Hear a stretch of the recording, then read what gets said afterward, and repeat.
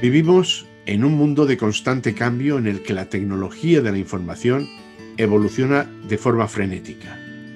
En este contexto, necesitamos profesores formados que trabajen por y para la innovación en el aula. Uno de los mejores ejemplos que conocemos es nuestra invitada de hoy. Aprendiz perseverante, creativa en el aula, formadora de formadores, tiene muy claro que el aprendizaje continuo es para toda la vida. Ella empezó dando clases de historia, pero es mucho más que una profesora de historia. Es polifacética y usa la tecnología para innovar en la didáctica activa en el aula y en la formación de profesores. Hoy entrevistamos a Rosa Liarte.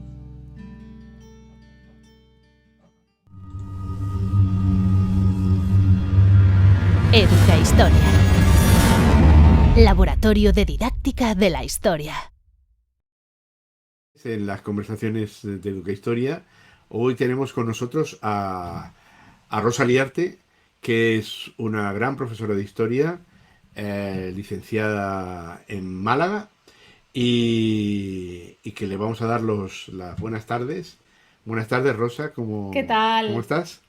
Muy Mira, voy a bien. empezar la entrevista con una pregunta que seguro que no te suena de nada, que es una pregunta tuya. Y es, para ti, ¿qué es la educación? Bueno, es la pregunta de mi podcast y a la que a todo que le presento y empiezo con esa pregunta dicen preguntaza, ¿eh?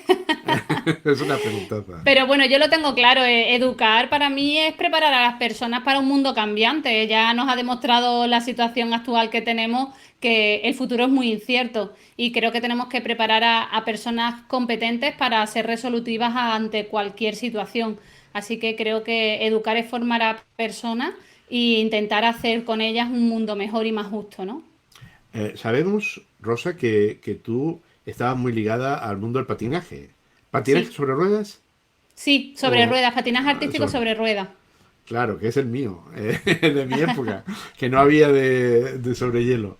Entonces, ¿tú te dedicabas profesionalmente al patinaje? Sí, literalmente de patino desde que tenía 2 años y ha sido mi vida. O sea, ya luego incluso me hice entrenadora nacional de patinaje artístico, estuve en competición y yo cuando era patinadora en alta competición, nacionales, internacionales. O sea, mi vida ha sido cambiar ruedas, mallas, bailes, patinaje y muchísimos ¿Tú pabellones. llegaste a utilizar aquellos patines con ruedas de madera?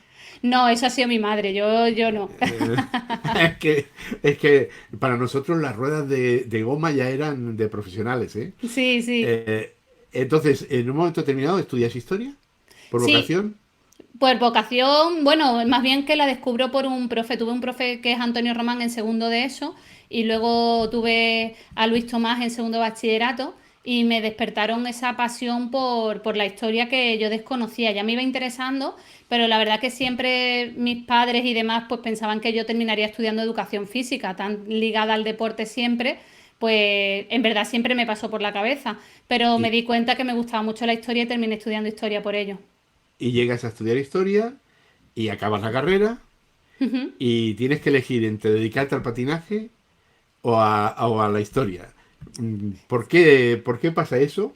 Bueno, ¿Y, yo y- seguí y cómo es que tomas compaginándolo, esa... ¿eh? De hecho, yo estudié toda la carrera y yo daba mis clases de patinaje. Incluso le debo la vida a muchos compis de los apuntes que me pasaban de la facultad porque era una época en la de que no asistir a clases no pasaba nada y yo tuve materias a las que era imposible que pudiera asistir por tema de horario porque tenía campeonatos y demás y no me podía ir. Pero yo seguí compaginando. De hecho, el patinaje me ha pagado la carrera y las oposiciones Claro. y yo opositaba diciendo, bueno, si toca la flauta, toca, pero yo tenía un contrato de entrenadora de patinaje en el Club Mijas Patinaje y yo estaba trabajando, yo tenía mi puesto de trabajo, lo que pasa que una sabe que quiere aspirar a trabajar de lo que ha estudiado y tampoco puede estar toda la vida de Ah, yo, pabellones, ¿no? yo he oído por ahí en una entrevista que te han hecho que el preparador tuyo de oposiciones te decía, Rosa, demasiado futurista. Sí, y me Con da... esta programación no te van a probar. Bueno, más Y que futurista, yo que también era bastante crítica, porque yo tenía una frase en mi discurso que decía que la historia es aburrida porque muchos profes la han hecho aburrida, pero que uno luego descubre que la historia es muy interesante. Y me decía que esa frase no la podía soltar al tribunal. Y yo es que digo, es que es así, es que yo tuve años que tuve profesores de historia súper aburridos y otros años que me despertaron la pasión para querer estudiar historia. Entonces, tal como tú enseñes esa materia, hay gente que la va a disfrutar o no. Entonces, yo creo que tenemos un papel fundamental. y tú acabas la carrera, haces la oposición. ¿Habías hecho ya el CAP o el nuevo El máster en CAP, soy educación? de la El CAP. última, soy de la primera generación de la ESO y de la última del CAP. Claro, llegas digamos, a un instituto y te das cuenta que con todo lo que te han enseñado en el CAP ya tienes suficiente para Sí, enfrentarte a una clase, ¿no? yo en todo el CAP di una clase, ¿eh? Di una sola clase a un segundo de bachillerato de 1 hora, o sea que tampoco es la realidad dar clase a un segundo de bachillerato, pero la profesora que me tocó de práctica era la jefa de departamento, daba solamente segundo bachillerato y yo creo que también tendría algún cargo más y no tenía otra opción de práctica, así que yo llegué con muy poca realidad a lo que es dar clase cuando Y me cómo dieron el es? sitio. Cuéntanos, sobre todo los chavales que están empezando ahora a dar clase, ¿cómo es la primera hora que tú llegas, ves esos imberbes allí delante, esas adolescentes que te miran todos y tienen la mirada clavada en qué me vas a solucionar o cómo me vas a putear o qué me vas a enseñar y te enfrentas con la clase? ¿Qué sentiste esa primera vez? Es que date cuenta que yo ya venía de dar clases de patinaje, yo ya estaba acostumbrada a tratar a adolescentes, a estar al público, a patinarle a un pabellón entero, entonces para mí eso no era un problema más que nada. A mí me dieron una tutoría de tercero de eso y yo me acuerdo que entré a mi clase, me presenté y demás, yo también estaba nerviosa, pero que yo dije, esto es una clase de patinaje más, pues ahora es de geografía en este caso que me tocaba, que en eso sí estaba más nerviosa porque no era mi especialidad. Pero bueno, yo sé que entré en el departamento y tenía unos compis que decían, tú no te preocupes que te echamos una mano en lo que necesites, ¿no? Y toda digamos, la temática de innovación y de TIC y tal, ¿ya la llevabas antes de acabar la carrera o empiezas a desarrollarla con la praxis en las aulas? No, no, yo ya de antes, yo era la típica que arreglaba la impresora al vecino, que le grababa los CDs a los amigos y que luego tenía una grabadora de DVD, o sea que yo ya eso lo Desde que- llevaba que me gustaba. Estaba en casa presente, mi padre y mi madre son a día de hoy también otros frikis, no nos podemos comprar nada tecnológico porque nos picamos entre nosotros. Mi madre la verdad que tiene muchísima destreza también con eso y he tenido la Tú eres de suerte aquellas que de copiaban mamarlo. el volumen 13 de programas piratas que iba llegando. Entonces, No voy a decirlo muy alto, pero sí, alguna encarta cayó también piratea. sí, sí. Entonces, llegas al centro y en el centro te ponen facilidades para utilizar las TIC. ¿Tienen aulas preparadas o te ha pasado lo que... Estamos hablando del año 2010, ¿eh? Una época en la que veníamos de una crisis chunga, porque de hecho yo apruebo en el 2008 las oposiciones, pero nunca me llaman de interina, y fue una crisis muy, muy chunga. Y en el 2010 empieza a impulsarse las cosas y se pone aquí en Andalucía la Escuela TIC 2.0. Y yo empiezo a usar la tecnología como algo normal. De hecho, yo le digo a los alumnos que hagan un blog y demás. Y a ver, no es que fuera fácil ni tampoco complicado. O sea, yo iba implementándolo, me llamaban alguna vez a despacho, tuve la típica conversación de bajo tu responsabilidad, tú sabrás lo que haces. Pero bueno, Sí, yo yo estaba recuerdo, adelante con ellos, a tope, porque me gustaba todo eso. yo recuerdo en esa época tener discusiones con padres diciendo que decir que los chicos utilizaran Internet era para privilegiados. Y yo Yo decía, no. pero si es justo lo contrario. Es justo lo contrario, porque yo les explicaba, si vas a la biblioteca del pueblo, que hay un ejemplar para 40 alumnos, es mucho más difícil coger el ejemplar que pasar un texto digital que lo pueden compartir todos, ¿no? Pero en aquellos momentos sí que era para privilegiados, ¿no? Y digamos, aparte de tener medios o no, que esos, digamos, los compañeros estaban por la labor o estabas un poco sola? Yo lo que te iba a decir que yo no he sido una hija privilegiada en ese aspecto. Yo lo que creo que mis padres también eran unos visionarios y vieron en lo que me querían inculcar. Quizás mis padres no han viajado, vamos, creo que lo más que han salido de España ha sido a Francia y no han pisado más de Europa. Creo que tristemente estoy en deuda con ellos porque se quitaron muchos privilegios quizás a lo mejor de viajar o vacaciones por tener yo un Pentium 3 o por tener la última tecnología, pero yo siempre se lo he dicho a ellos, digo, es que erais unos visionarios porque realmente siempre estabais apostando por esto y de hecho mi madre a día de hoy también la usa mucho y vive de ello, ¿no? Entonces, yo creo que más que privilegiado es la prioridad que le quiere dar la familia a lo que es la tecnología. Hay familias que no le ven eso una prioridad y hay personas que no tienen interés en ello y otras que sí le ven. Y hay gente que como yo digo, hay gente que se gasta dinero en ver un partido de fútbol y yo no, yo no he pagado mi vida por una entrada a un partido de fútbol. Aquí cada uno invierte en lo que cree No, en conveniente, ¿no? ropa o en comida o Claro. en Entonces, cosas. yo no te digo que yo no soy una persona, que mi madre es trabajador, mi padre es policía local, o sea que no se haya una privilegiada, pero sí para mí la importancia de esto es que siempre he intentado inculcar que hay que trabajar una competencia digital. Cuando yo entro a trabajar, esa competencia digital ya era una realidad porque venía por ley que había que trabajarla, entonces quien me cuestionaba yo le decía, es que lo dice la ley, es que no viene porque yo lo estoy queriendo hacer, es que me dice la ley que yo tengo que trabajar la competencia digital. Sí, pero que yo creo que también has vivido, además, bueno, a ver, hay una época en la que empiezan a haber cachivaches en clase. Conexiones a internet, ordenadores, proyectores, pero además es una época en donde empieza a haber un cambio en el estilo de dar clase. Es decir, que aquella imagen que teníamos desde hace muchos años que decíamos, si un alumno del siglo XIX entrara en una clase actual, no notaría mucho la diferencia. En cambio, si entrara en un hospital o estará en una fábrica, no entendería nada de cómo van las cosas, ¿no? Pero yo creo que en esta época ha empezado a haber cambios, digamos, cualitativos importantes, ¿no? En trabajar por proyectos, la Flipped Classroom, digamos, todo esto que ha puesto la motivación en el centro del aprendizaje. ¿Y cómo vives tú ese cambio? Porque yo veo tu blog y yo es de las primeras que vi que hacía un escape room de historia, porque escape room yo había hecho muchos, digamos, comerciales, ¿no?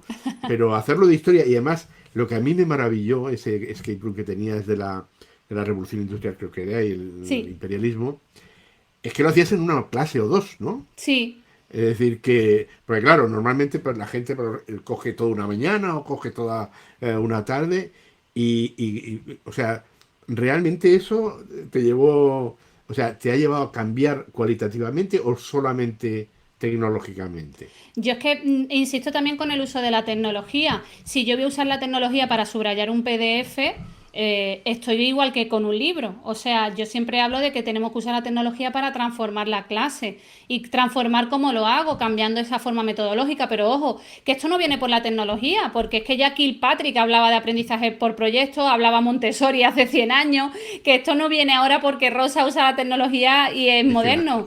Yo ya la viví escuela nueva de la profes. Segunda República ya hacían Claro, escuela es activa. que yo ya viví profes modernos en mi época. Yo estudié en el colegio del Tejar y yo tenía profes que eran, ahora le llamamos innovadores, pero eran profes que te hacían sentir diferente a la clase. Te hablaba de este Antonio Román, es que Antonio te daba la clase diferente, hacíamos trivial, jugábamos, teníamos como unas pequeñas gamificaciones, ahora se llama gamificación, pero él le llamaba el trivial, ¿vale? O sea, ahora tienen otro nombre o más específico, pero yo ya tenía profes, también tenía una Es profe que de biología que me hacía proyectos, ¿eh? Y tenía que una de las trabajar por proyectos.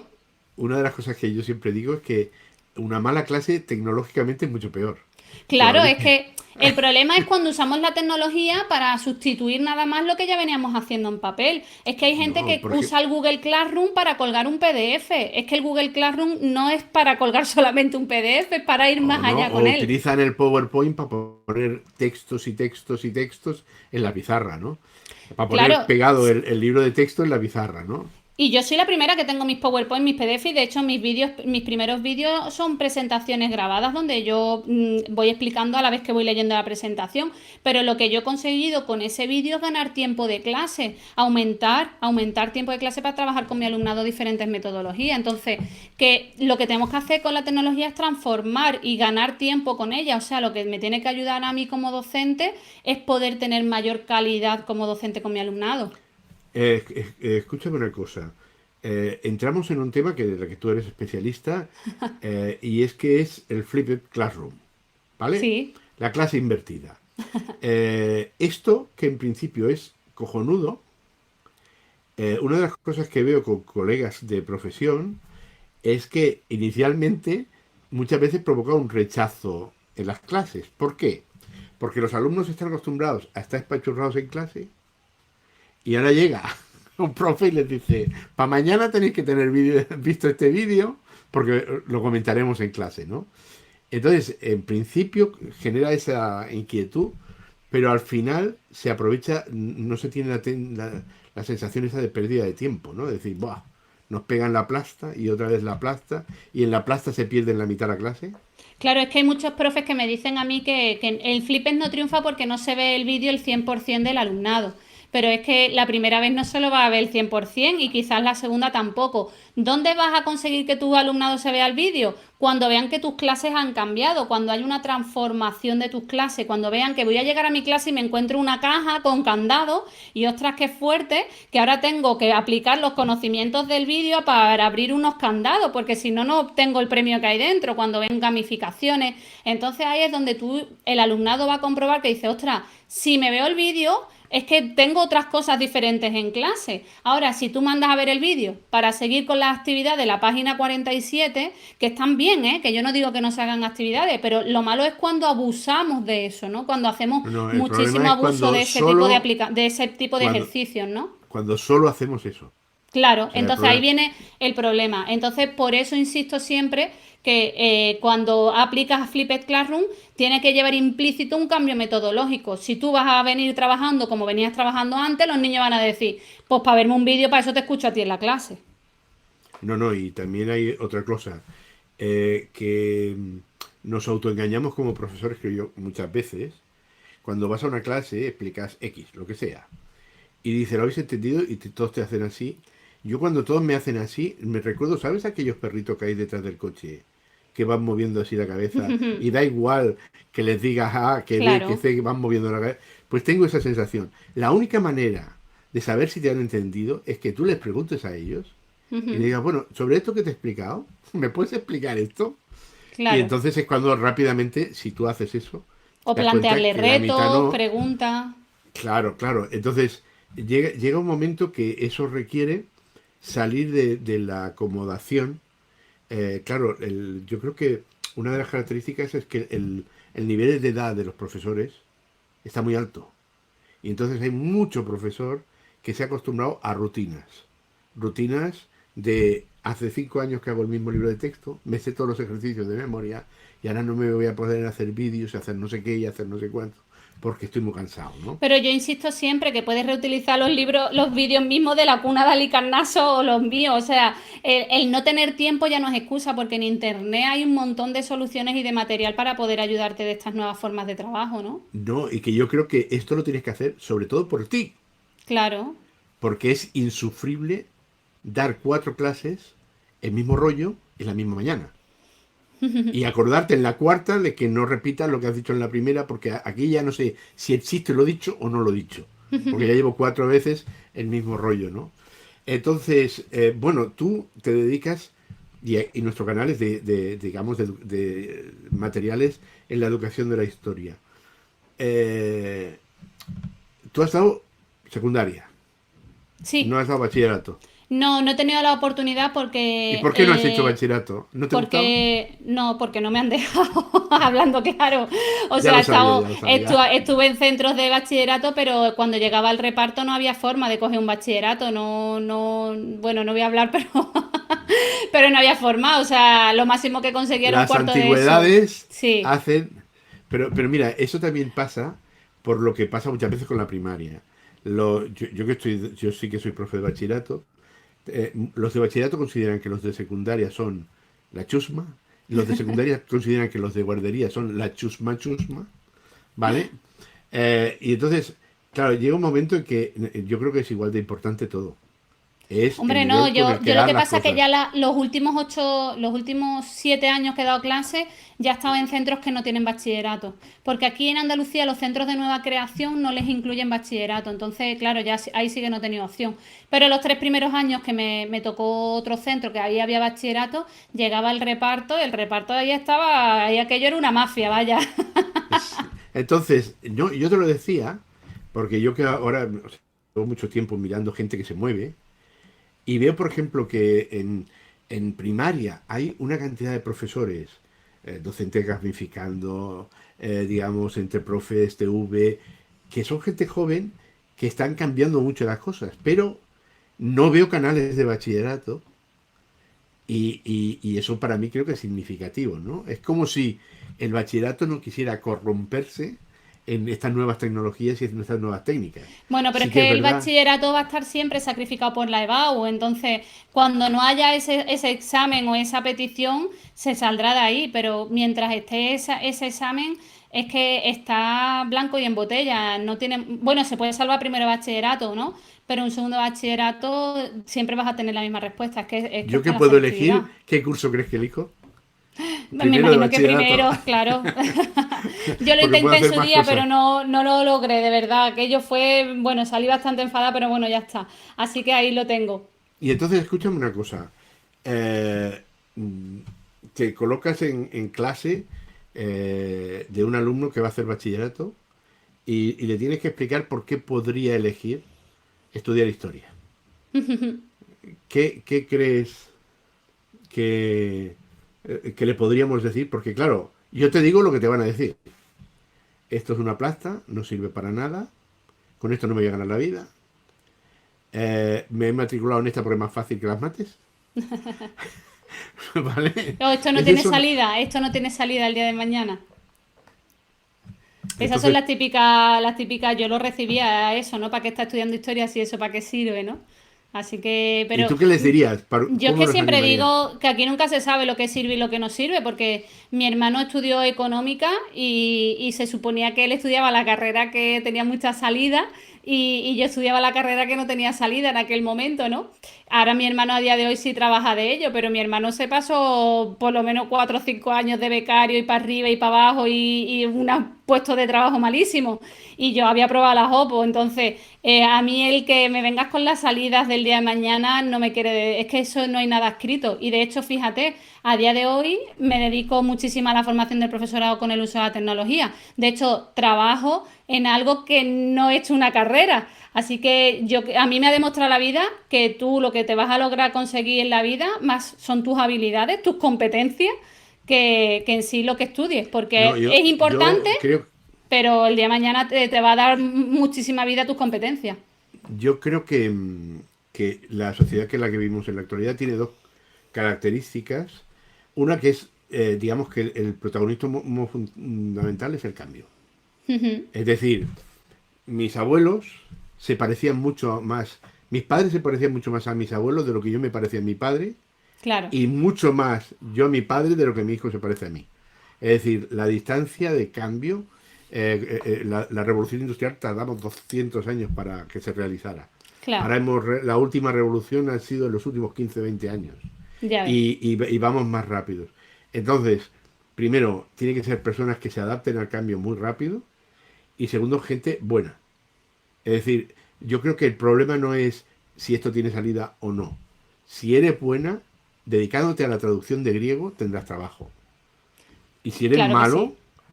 haciendo informática, acabarás reparando los cuatro memorias RAM de la tienda de la esquina porque no te dan Y yo trabajo más. hablo también siempre de la capacidad de adaptarse al cambio. Es que tienes que estar en constante aprendizaje y formándote. No puedes decir, no, yo ya sé todo y ahí me quedé. Si pretendes continuar en ello, tienes que estar en constante evolución y Es que estar ahora es la formándote. formación para toda la vida. Claro. O sea, ya no hay, me saqué una carrera, me saqué unas oposiciones y ya está.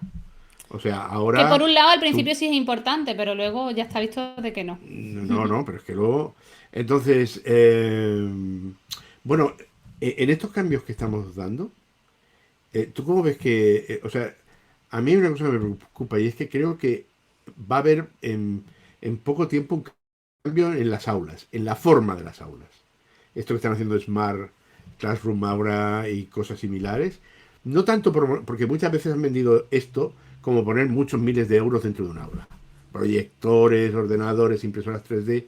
Yo creo que, no sé qué te parece a ti, que no es tan importante eso, que también, sino la organización. Es decir, que haya un aula que en un rincón se pueda estar discutiendo, en otro rincón se pueda estar consultando un texto, en otro rincón puedan estar preparando un proyecto y que no sean 30 sillas todas iguales, además todas del mismo color en todos los colegios y en todas las autonomías, y que cada uno se haga un poco su propio... ¿Cómo lo ves tú esto? Bueno, de hecho, yo he tutorizado en un curso que trataba de eso en la Junta, pero, hombre, lo quieres ver, esto es lo que se conoce como el aula del futuro, ¿no? Yo ya he estado dando formación, pero lo he dado en colegios privados o concertados que sí empiezan a cambiar lo que son las aulas y demás, y es una pasada lo que tú dices. Hay rincones, puedes dejar a unos trabajando en una cosa, otro en otro, puedes rotar, hacer estaciones de aprendizaje y hacer diferentes partes de trabajo. En la pública, a ver, viene de la mano de los profes que idean decoración de aula y la van cambiando. Yo creo que llegará. Ahora, yo creo que en las públicas va a tardar, pero porque seguimos con esas sillas verdes o aquí son de madera ahora con las patas azules, pero son las mismas que las han cambiado de color y es complicado. De hecho, cuando nos dieron el instituto donde yo trabajaba en Cártama, que era innovador y demás, yo me acuerdo que estaba en obra, nos dieron lo que es las mapas de las aulas y demás, cómo iba a ser el edificio, y preguntamos si había posibilidad de que no hicieran los tabiques para tener un aula enorme y no nos daban la opción. Esto es lo que hay, las aulas tienen que tener estas medidas. Y nosotros intentando a ver si se podía modificar algo, ya que estaban con la obra, y que no, que no. Digo, pero si te voy a quitar trabajo, no, no vas a tener que construir un tabique. No, No te no. dejaron. Bueno, porque, mira, recuerdo hace mucho tiempo cuando yo hacía teatro para aficionados y cuando construían un teatro en un ayuntamiento, pues como el que construía un teatro era un arquitecto, ponía el suelo de cemento. Y dices, coño, para hacer teatro el suelo tiene que ser de madera, porque si no, ¿dónde pones los decorados? ¿Dónde los clavas? Bueno, pero como ellos de esto no saben, y hace muchos años aquí en Cataluña empezamos a luchar porque, por ejemplo, cuando había pocos medios, diseñar centros que en el centro tuvieran la parte audiovisual para que con un propio equipo pudiera, digamos, proyectar en varias aulas, pero esto no les entraba en la cabeza, porque para ellos era un edificio. Si tú no concibes el edificio con la idea de hacer esto, es que, y claro, eh, multimedia es poner proyector en todas las aulas. Hmm. O sea, ahora la pandemia nos ha hecho avanzar, y es que, no sé ahí en Andalucía, pero aquí en Cataluña han repartido ordenadores por 8 tubos a los alumnos. O sea, todos los alumnos de bachillerato tienen ordenadores y los de tercero y cuarto de eso también. Claro, el problema es que si no sabes qué hacer con ellos, Claro. si vas a consultar la Wikipedia, eh, no te hace no te hace gran cosa, ¿no? Entonces, o sea, eres pesimista en el tiempo con eso. No es que sea pesimista, pero lo viví con ese centro. Es que hay una parte burocrática que a nosotros se nos escapa y por más que pidamos no podemos. Eso mismo que tú estabas contando con el centro cuando nos lo entregaron, los primeros problemas empezaron cuando empezábamos a recibir a familias y nos dábamos cuenta que no teníamos una sala para entrevistarnos con las familias, los tutores. Simplemente tres o cuatro salas donde pudiera estar un tutor sentado con las familias para entrevistar al padre o la madre, pues no lo teníamos. O sea, fíjate, por lo que tú dices, ese arquitecto pensaba en las aulas, pensaba en los baños, pero luego no había contemplado de que nosotros tenemos reuniones con la familia y necesitamos una aula pequeñita donde reunirnos con la familia y que pueden ser tres o cuatro tutores de la tarde que tienen reuniones con las familias y no había donde reunirse. Entonces, o por la mañana que venían, pues no, no puedo, y el profesor tiene una hora y podía recibirlos por la mañana y no había forma. Entonces, vuelvo a lo mismo, es que quien diseña esos espacios no está en clase, tampoco se sienta con las personas que dan clase para escuchar y ver las necesidades. Y a mí me resultó muy inspiradora una charla que dio, yo la conocí, tuve la suerte de conocerla, que es Rosanne Bosch, que habla de todo esto, de cómo los espacios se tienen que adaptar y bueno, es diseñadora y ha transformado montones de centros, entre ellos los famosos centros Vitra, que son una auténtica pasada. Ahora, ya ha vuelto. A ver, Rosa, otro de tus grandes campos es el de la formación. Sí. Cuéntanos a qué te has dedicado en los últimos... Cuando haces formaciones del profesorado, ¿qué haces? Bueno, doy de todo, desde aplicaciones, también trato sobre la aula invertida, el Flipped Classroom, aprendizaje basado en proyectos, aprendizaje servicio, he dado muchas últimamente, aprendizaje servicio, evaluación, hay muchas dudas con el tema de evaluación, bueno, porque también hay gente que hace proyectos pero luego no llega a la evaluación, se quedan en lo típico de te subo un punto al final de la nota, ¿no? Y eso no Claro, es claro, evaluar claro. por proyecto. Y bueno, pues de todo, herramientas sobre todo digitales, desde Google Classroom, todo tema de Google, también de Apple, lo que me pidan. Yo como decía el otro día un amigo, dice, vale, es para un roto que para un descosío, que tú Claro, claro. apañar eres para todo, ¿no? Así Oye, que lo que me valga. te voy a pedir el top 5 de aplicaciones que se pueden utilizar en clase. Dime las 5 más Pero importantes que estamos tú... hablando que va a usar el docente o va a usar el alumnado. Igualmente, o sea, yo sé que si hablas del docente vas a hablar de IDOCEO. Por eso te pregunto, No, porque a no, los niños y doceos no la van a usar. pero el IDOCEO a los docentes sí que le puede ser muy útil. Claro, por eso yo siempre cuando digo quién la va a usar, el alumnado o el profesorado, ¿eh? Pero bueno, decir las 5 primeras es complicado también. Eso es como tener 5 hijos y decir cuál es tu favorito, no lo puedes decir, ¿vale? Entonces, yo para mí como profe, pues tú lo acabas de decir, es imprescindible IDOCEO o cualquier cuaderno del profesor, ¿eh? Yo porque uso el iPad y uso IDOCEO, pero el cuaderno del profesor para mí es imprescindible para poder hacer esa evaluación de la que estábamos hablando. Ir entre 5 aplicaciones como elegir entre tu hijo favorito es muy difícil, pero yo siempre hablo lo que tú me habías dicho, si las va a usar el profe, para mí imprescindible IDOCEO o cualquier cuaderno del profesor. Yo me da igual ya sea una hoja de cálculo o Aditio o la que sea, pero tiene que ser un complemento que te ayude a esa evaluación. Lo que no puede ser es concebible habiendo la tecnología que hay a día de hoy y que se esté usando un cuaderno de papel, ¿no? Hacer evaluación a mano, eso es inviable en una evaluación por competencia. Luego a mí me encanta Explain Everything porque es con la que yo grabo mis vídeos, que es explicativo, es una pizarra digital y yo grabo con ella y para mí ha sido una herramienta imprescindible desde hace muchísimos años. Y luego como profe, para grabar esos vídeos y para ponérselo y asignárselo a mi alumnado, Edpuzzle. O sea, es la que a mí realmente me ha dado el paso a poder hacer proyectos y demás porque Edpuzzle me permite saber si el alumnado se ha visto el vídeo. Recordamos que Luego, Puzzle es una aplicación que permite coger cualquier vídeo que esté en la red, cortarlo y aplicarle una serie de preguntas que el alumno tiene que ir respondiendo conforme lo ve, ¿no? sí, sí. Y luego otras dos también que me gusta, tema de organización, ¿no? Ahora estoy usando mucho Notion, que me sirve para gestionar todo el trabajo que tengo, prioridades y demás. Y mucha gente, ¿cómo te gestionas todo lo que haces? Bueno, es que o usas una herramienta que te ayude a gestionarte, puede ser Notion, puede ser cualquiera gestor de tareas. Y luego, finalmente, me gusta también muchísimo para trabajar con el alumnado Book Creator, para hacer libros digitales e interactivos. Es muy simple y a los profes cuando se la enseña, la verdad que se animan mucho y pierden miedo de usar la tecnología porque es una herramienta muy fácil de utilizar. Bueno, oye, hace un tiempo que eres autora de podcast. Sí. ¿Y eso cómo salió? Bueno, es que yo ya venía haciendo podcast desde 2011 con mis alumnos. Yo el proyecto de podcast hacía algo que ya hacía, está el podcast de lecciones de historia. Lo que pasa es que ya hace años dejé de publicar podcast, me lié con otros proyectos en vídeo y demás con mi alumnado y entonces pues claro, dejé el podcast ahí, pero siempre se quedó pendiente, me gustaba mucho.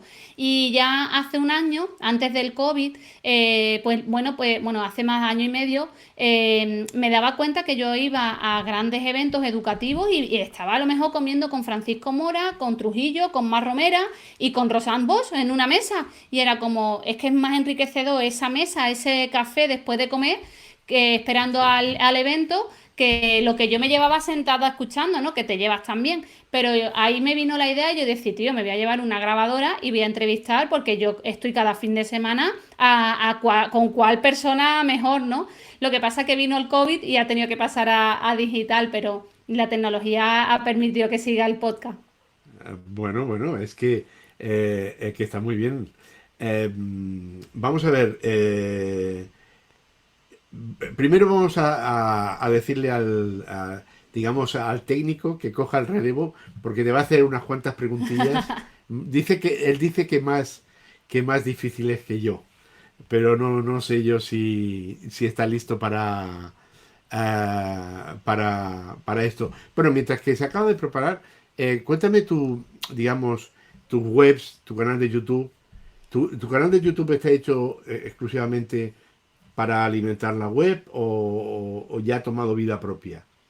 Bueno, tiene de todo, o sea, tengo dos canales de YouTube que está Lecciones de Historia con el blog de Lecciones de Historia y Rosaliarte con el blog de Rosaliarte. Y bueno, voy publicando videotutoriales y a lo que surja, también ahora publico un vídeo los podcasts, bueno, haciendo o sea, no me lo tomo como algo serio en caso de que tengo que publicar todas las semanas, pero siempre un trabajo constante y como tú dices, enlazado con el blog, siempre escribiendo y enlazando con el blog el material que se publica y demás. Me Y siento oye, muy y de bloguera. dónde sacas el tiempo para hacer todo eso? Pues esta mañana estaba publicando un nuevo post en el blog y sin parar lo que te decía, gestionarte muy bien las tareas, prioridades y siempre digo lo mismo, que si te vas a sentar en algo no procrastinar, ponerte a lo que tienes que hacer, para procrastinar ya habrá tiempo, ¿no? Pero No, no. yo soy siempre eso, muy cumplida, O sea, muy trabajadora, muy sin trabajadora. parar. O sea, ahora que estás de excedencia, todo lo que haces es formación, básicamente, ¿no? Bueno, yo también me estoy formando porque con el tema de mi enfermedad pues me he tenido que ver obligada a esto y estoy formándome mucho y también, bueno, compaginar las clases con la formación era un trabajo muy, muy duro. De hecho, el año anterior del COVID ya había momentos de ansiedad y de no me da la vida, ¿no? Entonces, de hecho, yo tengo un problema de bronquitis y a veces cogía bronquitis por mi enfermedad, pero a veces yo creo que también ese bajón me venía por esas defensas de estrés y de no poder más, ¿no? Así que, bueno, pues ahora aprovechar el poder dar formación, formarme a mí misma, tiempo a mi blog, a mi podcast, porque muchas veces no le puedes dedicar el tiempo que te gustaría. Y ahora pues también formándome en inglés, me han salido muchas formaciones también internacionales en inglés y dices, bueno, pues a mejorar el inglés y a seguir sin Claro. parar. Bueno, Rosa, de todo lo que has dicho, me gustaría empezar por preguntarte algo que me ha parecido muy interesante, que es, la historia no es aburrida, es que la enseñan aburrida, ¿no? No sé si has dicho algo parecido. Sí. Entonces, en esa línea, entiendo que muchas de las cosas que haces es precisamente para combatir ese estigma, ¿no? Sí, Entonces, para mí una de las primeras preguntas, que puede parecer estúpida, pero no lo es, cuando un alumno te pregunta, y además entiendo que da sobre todo clases en la ESO, que o sea que todavía te lo tienen que preguntar más, te pregunta, pero esto, profe, en la vida real, ¿para qué sirve? claro, por ¿Qué le eso respondemos? yo intento siempre inculcarles eso con la vida real, ¿no? Y llevarlo siempre al terreno de ahora. Y sobre todo también con el tema de la historia de la mujer y recalcar también a mujeres relevantes en la historia, ¿no? Ahora también pues mismo hay un movimiento Black Lives Matter, el movimiento feminista, entonces todo eso que vean que es que esto no es algo que está surgiendo ahora, que esto ya lleva años y años atrás y para comprender el presente hay que comprender el pasado. Pero yo me baso en eso y además no sé si visteis las noticias la semana pasada que salía en las noticias un enfermero en Madrid que había caído muy simpático porque se ponía a hacer una charla en directo allí repitiendo las preguntas típicas y lo hacía con un sermón que soltaba allí en alto y caía súper bien y Correcto. todo el mundo le atendía y le preguntaron ¿pero por qué empezaste a hacer eso? Y decía el enfermero porque nadie me hacía caso y entonces lo tenía que hacer de forma graciosa para que por lo menos la gente se quedara con lo principal que tenían que saber de la vacuna, ¿no? Pues yo creo que esto es lo mismo, en educación pasa lo mismo, tenemos hormonas, adolescentes, y tú le tienes que explicar el Imperio Romano, o lo haces de una forma amena, o es que el Imperio Romano no entra. Entonces, otra de las cosas que yo te quería preguntar es, hoy en día, en la educación, especialmente en secundaria, creo que es donde se ve uno de los choques generacionales más grandes, ¿no? Entre, aparte de cómo se enseña, ¿no? O sea, los inputs que tienen los alumnos en su casa, cuando se van en su casa y se ponen el Twitch de fondo, y todas estas cosas a cómo aprenden en casa, hay como una diferencia muy grande, ¿no? Entonces, en esa diferencia yo hay dos cosas que me gustaría preguntarte, que es primero, ¿cómo crees que la gamificación, el mundo de los videojuegos y todo esto puede ayudar a resolver ese gap generacional? ¿Vale? Y la segunda cosa que te quería preguntar es si tú crees que estamos avanzando hacia enseñar con esos medios parecidos a los que consumen habitualmente los alumnos fuera de clase, o que todavía esa distancia es insalvable. Bueno, yo me considero que yo soy una persona que juega actualmente, ¿eh? Yo juego a la Switch y tengo videojuegos y soy jugona. Y es que yo vengo de una generación que vio crecer los videojuegos y me crié con una Nintendo NES y con una Master System y luego continué. Entonces, para mí no es tan descabellado. De hecho, hay videojuegos que enseñan un montón y yo he hecho proyectos con Minecraft, con SimCity y los videojuegos pueden educar si hacemos un buen uso de ellos. Entonces, para mí sí es importante. Yo no creo que hay tanta diferencia a ver, hay diferencia con la generación de ahora, pero yo no me encuentro tan distante. De hecho, los niños flipan, señor, tú juegas, porque tenemos la idea preconcebida de que el profesor es aburrido y de que solamente sabe del contenido de su materia, pero cuando hay muchísimos profes, como hablamos, ¿no?, entre profes y generaciones ahora de profesores que también han vivido esa generación, y hay un Assassin's Creed enseña un montón de historias y es increíble la puesta en escena que tiene. Entonces, lo que yo digo, que no puede ser todo videojuego ni tampoco todo un sermón. Yo creo que en la mezcla de todo está lo divertido, y que los niños tienen que haber momentos que tienen que silenciarse, callarse y escuchar al profe, y otros que también se puede aprender jugando un Assassin's Creed, claro que sí. Muy bien. Lo siguiente que yo te quería preguntar, bueno, en este canal y en estas entrevistas, una de las cosas que nos gustaría empezar a hacer es intentar replicar cuáles son, digamos, las referencias de la gente a la que entrevistamos. Entonces, en ese sentido, lo primero que me gustaría preguntarte es, ¿qué series ve Rosalía Arte? Bueno, yo no soy muy de serie, de rollo de Juego de Tronos y demás, no. El otro día me preguntaban en un podcast y era como, pues no te voy a... No soy muy de serie, me gusta más una peli, o también me gusta mucho, pero el tema documental o series de realidad, no sé si me explico. Por ejemplo, hay una serie ahora mismo en Netflix que la presenta Will Smith, que se llama Estados Unidos, no sé si la has visto, y explica todo el movimiento Black Lives Matter, incluso el movimiento feminista, y entonces a mí me flipa todo eso, un documental o rollo serie así que son varios capítulos y vas aprendiendo un montón.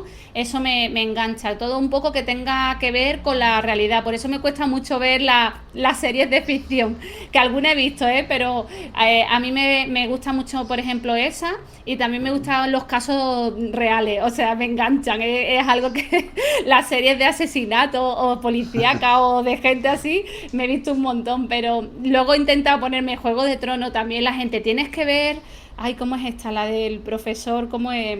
La del profesor Breaking Bad. Breaking Bad. Y yo el tercer capítulo de Breaking Bad, el momento ese de la bañera que se cae del techo, es que yo ahí tuve que parar. Es que yo ahí a mi marido le decía, es que me agobia, es que no puedo, yo no me puedo pasar con este agobio. Me lo tomo tan a pecho, tan en serio, que creo que no me supera. Y otra pregunta más. ¿Qué música tiene en Spotify Rosalía Arte? Bueno, pues yo no escucho apenas música en español, ¿eh? Hay gente que dice, pues te hacía de macaco y esas cosas, como tienes una furgoneta y viajas, y digo, bueno, que un macaco también lo escucho, pero no, yo me gusta muchísimo de siempre el tema de la música negra, soy muy fan de Michael Jackson, no sé si por ahí veis que tengo a Michael en Thriller, y bueno, a mí me ha gustado siempre el R&B, toda esa música, rollo de disfrutar y yo de cantar mi casa, pero que luego también se escucha un Bowie, me gusta Radiohead, Freddie Mercury, pero sí me he dado cuenta que escucho mucha música internacional y poca española, pero que también alguna que otra. Pero me gusta también mucho el tema de la música sin cantar, todo lo que es tema clásico y electrónica, por el tema del patinaje, porque en el patinaje artístico no se puede patinar música cantada. Entonces, mi día a día era buscar la parte de la música que no tuviera cantada y entonces ahí también me gusta mucho el tema electrónica y demás, pero también por la generación que soy. Me ha dado muchísima tristeza hace unos meses cuando me dijeron que Daft Punk se habían separado. Digo, no puede ser verdad, que Un yo drama. me moría por un drama, para mí ha sido un drama. drama. Entonces, por eso que tengo ahí una mezcla también de electrónica que me gusta mucho y también me he ido a mis fiestas de eso. Y luego, pues, como siempre digo, me he visto ya 6 veces a Beyoncé y si vuelvo a venir me la volveré a ver. Entonces, otra cosa que yo te quería preguntar era, mira, en la lógica un poco que decías del feminismo, del Black Lives Matter, yo te pediría que hiciéramos un esfuerzo porque te voy a pedir referentes de redes sociales, bueno, desde qué libros lees y tal, pero vamos a hacer un esfuerzo, si puede ser, por dar referentes femeninos, ¿vale? Es decir, ¿qué canales de YouTube sigue Rosa Liarte? Uy, bueno, yo entreno con Patri Jordán, Gym Virtual, o sea, Patri es grande, millones y millones de seguidores y en el confinamiento nos puso a todo el mundo a entrenar. O sea, Patri, además yo me hace gracia porque tú también entrenas con la Patri. Pero sí, y yo luego sigo muchísimo, pero la sigo en Instagram, que me encanta, Moderna de Pueblo, o sea, Raquel Córcole, es que tengo sus 2 libros, bueno, los 3, y tengo Idiotizadas, Coño Drama, y todo eso me encanta, soy súper fan de Moderna de Pueblo, cada viñeta acierta, ya la leía yo cuando me compraba la revista Cuore, cuando tenía 15 años, o sea, es brutal cómo ha evolucionado y esa vena feminista como ha ido creciendo en ella y lo muestra muy bien en su último libro, en Coño Dramas, lo muestra eso muy bien y me encanta. Pero referentes en YouTube también, me gusta mucho y Justin, que es una youtuber de tecnología que habla siempre de Apple y de todo el tema tecnológico, es estadounidense, pero para mí Justin ha sido referente, me encanta ella y todo, la tengo también en Instagram y me encantan los vídeos que hace, en todo me fijo, me encanta ella. Y una última pregunta, antes de dar paso a la sección final. Si pudieras elegir una época histórica a la que viajar durante un día, ¿tienes claro cuál sería? Totalmente, yo me iría al antiguo Egipto, si me veis aquí con el collar. Yo, de hecho, en la carrera me especialicé, incluso hice optativas de jeroglíficos y el antiguo Egipto es pasión. De hecho, es que me flipa, o sea, es que no tengo duda. Me iría allí a ver un poco a Cleopatra, a saludarla, que me presenta Marco Antonio y me enseñe las pirámides. Muy bien, pues sin más, pasamos ya a la sección final.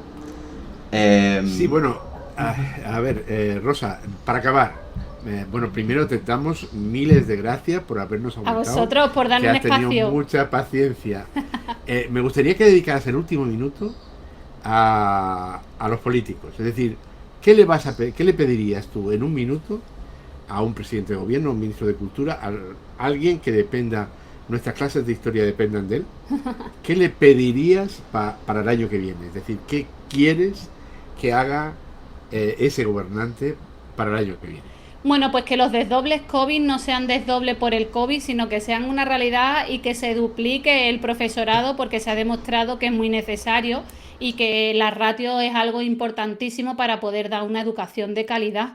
Y si doblas profesorado, preparar mejor los espacios de los centros educativos. Aquí, bueno, el aire acondicionado con el calor o el frío, no existe. Aquí tienes que vivir la realidad que hay. Entonces, yo siempre opino que tendrían que ver el tema de la ratio y luego invertir en infraestructura para los centros. Ya no es como antes hemos comentado de que tiene que ser un ordenador por niño. Yo he hablado siempre de eso, que eso es una idea equivocada. Perfectamente con 5 o 6 dispositivos en una clase puede trabajar el alumnado por proyectos y demás. Entonces, más que invertir en tecnología sin sentido, sino invertir en calidad del profesorado. Y en profesorado, claro está.